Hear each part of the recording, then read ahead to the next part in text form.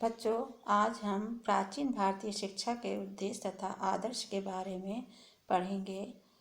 प्राचीन भारतीय शिक्षा के उद्देश्य तथा आदर्श इस प्रकार हैं। प्राचीन कालीन भारतीय समाज में आध्यात्मिक पर अधिक बल दिया जाता था। व्यक्ति तथा समाज की प्रायः समस्त गतिविधियों का निर्धारण आध्यात्मिक दृष्टिकोण से ही होता था। प्राचीन काल में उच्च आदर्शों की प्राप्ति ही शिक्षा का उद्देश्य था। प्राचीन कालीन भारतीय शिक्षा के उद्देश्यों एवं आदर्शों का सामान्य परिचय डॉक्टर अल्तेकर ने इन शब्दों में स्पष्ट किया है। ईश्वर भक्ति एवं धार्मिकता का समावेश, चरित्र का निर्माण, व्यक्तित्व का विकास, नागरिक एवं सामाजिक कुशलता की उन्नति और राष्ट्रीय संस्कृति का संरक्षण एवं प्रसार। इस कथन को ध्यान में रखते हुए प्राचीन भारतीय शिक्षा के उद्देश्य तथा आदर्शों का सामान्य विवरण निम्नलिखित है। पहला, ज्ञान तथा अनुभव अर्जित करना। प्राचीनकालीन भारतीय आदर्शवादी समाज में शिक्षा का एक प्रमुख उद्देश्य ज्ञान तथा अनुभव को अर्जित करना था। इस तथ्य को डॉक्टर मुखर्जी ने इन शब्दों में स्पष्ट किया है। शिक्षा का उद्देश्य पढ़ना नहीं था, अपितु ज्ञान और अनुभव को आत्मसात करना था। सामान्य रूप से अध्ययन, मनन, स्मरण तथा स्व अध्ययन द्वारा ज्ञान अर्जित किया जाता था तथा उसे जीवन में आत्मसात किया जाता था। छात्रों द्वारा अर्जित किए गए ज्ञान का मूल्यांकन शास्त्रार्थ के माध्यम से किया जाता था।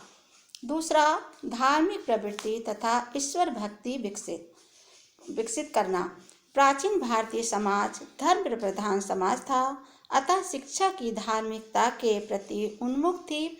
शिक्षा का एक महत्वपूर्ण उद्देश्य छात्रों में धार्मिक प्रवृत्ति तथा ईश्वर भक्ति को विकसित करना भी था। डॉक्टर अल्तेकर ने स्पष्ट कहा है, सब प्रकार की शिक्षा का प्रत्यक्ष उद्देश्य छात्र को समाज को धार्मिक सदस्य बनाना था। छात्रों में धार्मिक प्रवृत्ति तथा ईश्वर भक्ति को विकसित करने के लिए शिक्षा के व्रत, यज्ञ, उपासना तथा धार्मिक गतिविधियों में सम्मिलित होने की आवश्यकता माना जाता था।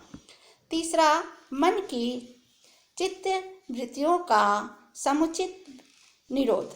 प्राचीन कालीन भारतीय शिक्षा के उद्देश्यों को स्पष्ट करते हुए डॉक्टर मुखर्जी ने लिखा है, शिक्षा का उद्देश्य चित्तवृत्ति निरोध अर्थात मन से उन कार्यों का निषेध था जिनके कारण वह भौतिक संसार में उलझ जाता है।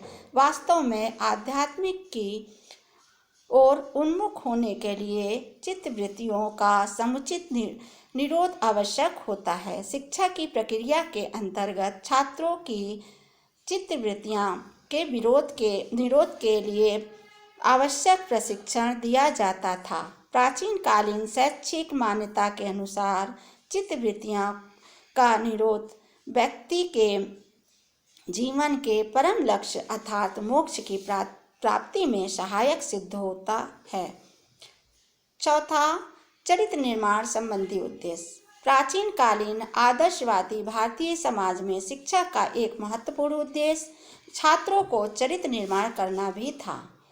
डॉक्टर वेद मित्र ने इस तथ्य को स्पष्ट करते हुए लिखा है, छात्रों के चरित्र का निर्माण करना शिक्षा का एक अनिवार्य उद्देश्य माना जाता था।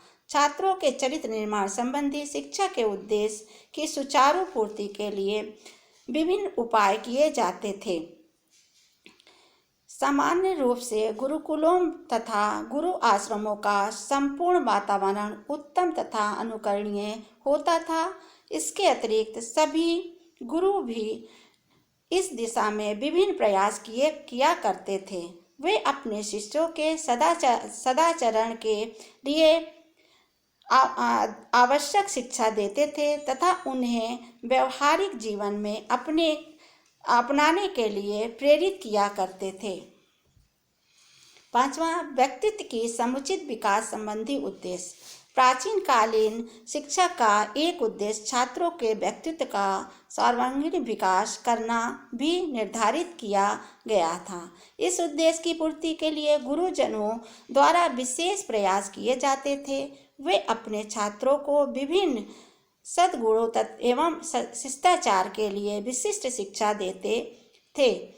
छात्रों को अपने जीवन में आत्मसंयम, आत्मविश्वास तथा आत्मसम्मान जैसे सद्गुणों को विकसित करने के लिए समुचित उपाय बनाया करते थे तथा साथ ही विवेक, न्याय तथा निष्पक्षता के दृष्टिकोण को विकसित करने के लिए प्रेरित किया जाता था। छात्रों के व्यक्तित्व के समुचित विकास के लिए गुरुकुलों में प्रायः उपयोगी सभाएं, गोष्ठियां तथा वाद विवाद आदि को आयोजित किया जाता था।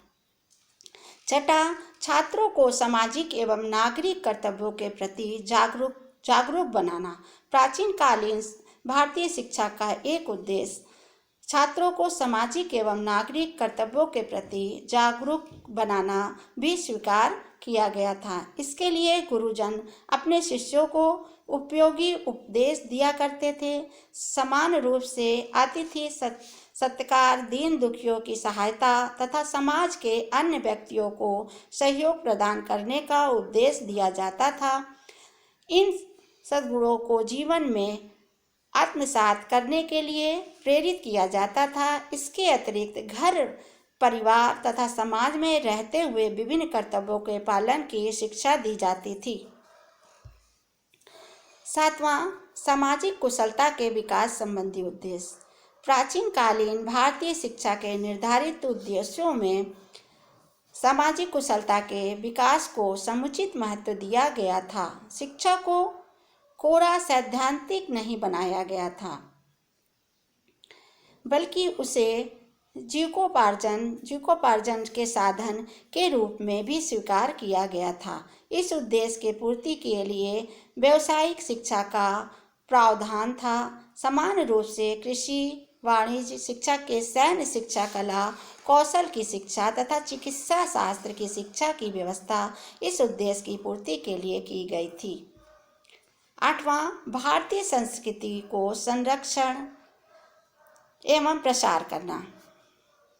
शिक्षा का घनिष्ठ संबंध संस्कृति से भी होता है। इस तथ्य को ध्यान में रखते हुए प्राचीन कालीन भारतीय शिक्षा का एक महत्वपूर्ण उद्देश्य भारतीय संस्कृति का संरक्षण तथा प्रसार करना भी निर्धारित किया गया था। इसके लिए संस्कृत मूल्यों की शिक्षा दी जाती थी तथा उसके प्रति सम्मान को विकसित किया जाता था। इन उपायों द्वारा संस्कृति को निरंतरता प्रदान की जाती थी।